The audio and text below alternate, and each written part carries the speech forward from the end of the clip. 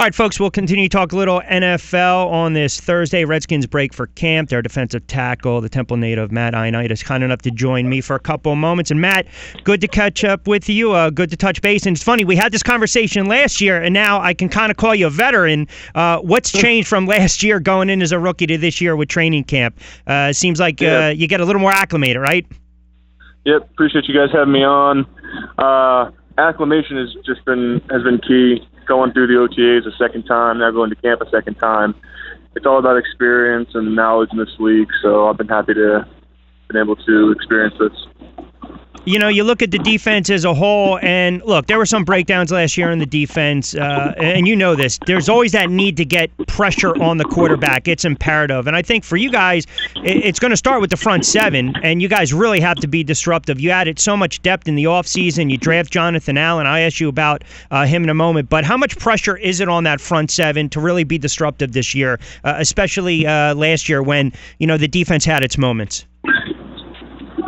I won't be able to speak for the front seven, but I know just in our defensive line room, we put the pressure on ourselves to exceed, and I can say that's something that every defensive line focuses on.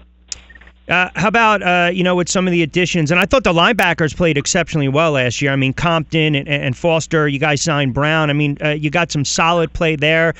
Brown's a solid run defender, good covering and spacing, huge upgrade as well. You know, do you think on paper with this defense, some of the moves that you guys made, especially when you look at the NFC East, right? When you talk about some of the weapons that these teams have respectively, where do you look at the state of the defense right now going into the season? How confident are you guys? I feel very confident with this defense. We have a lot of playmakers and a lot of guys dedicated to the cause. When you look at, your position, we've talked about this before, whether it's a DT or you're comfortable at the nose, what were you able to take away from last year? You got your feet wet a little bit. You understood a little more of the game action. But what was your biggest takeaway going into your rookie year and then going into the offseason? Biggest takeaway would just be controlling what I can control. You can't control what's said to you, but you can control how you take it. You can't control what the other person's doing, but you can control how you react. So just control the controllables in this business.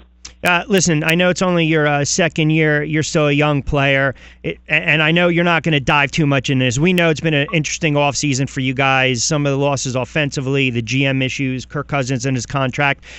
Look, do guys really concern themselves with that kind of outside stuff? Or when it's all said and done, training camp breaks, you guys just go out there and play? I can't speak for the team or anyone else but myself on this matter, but as for me, you focus on what you can control, and you focus on only the things that affect you as much as possible. What were your first impressions of Jonathan Allen?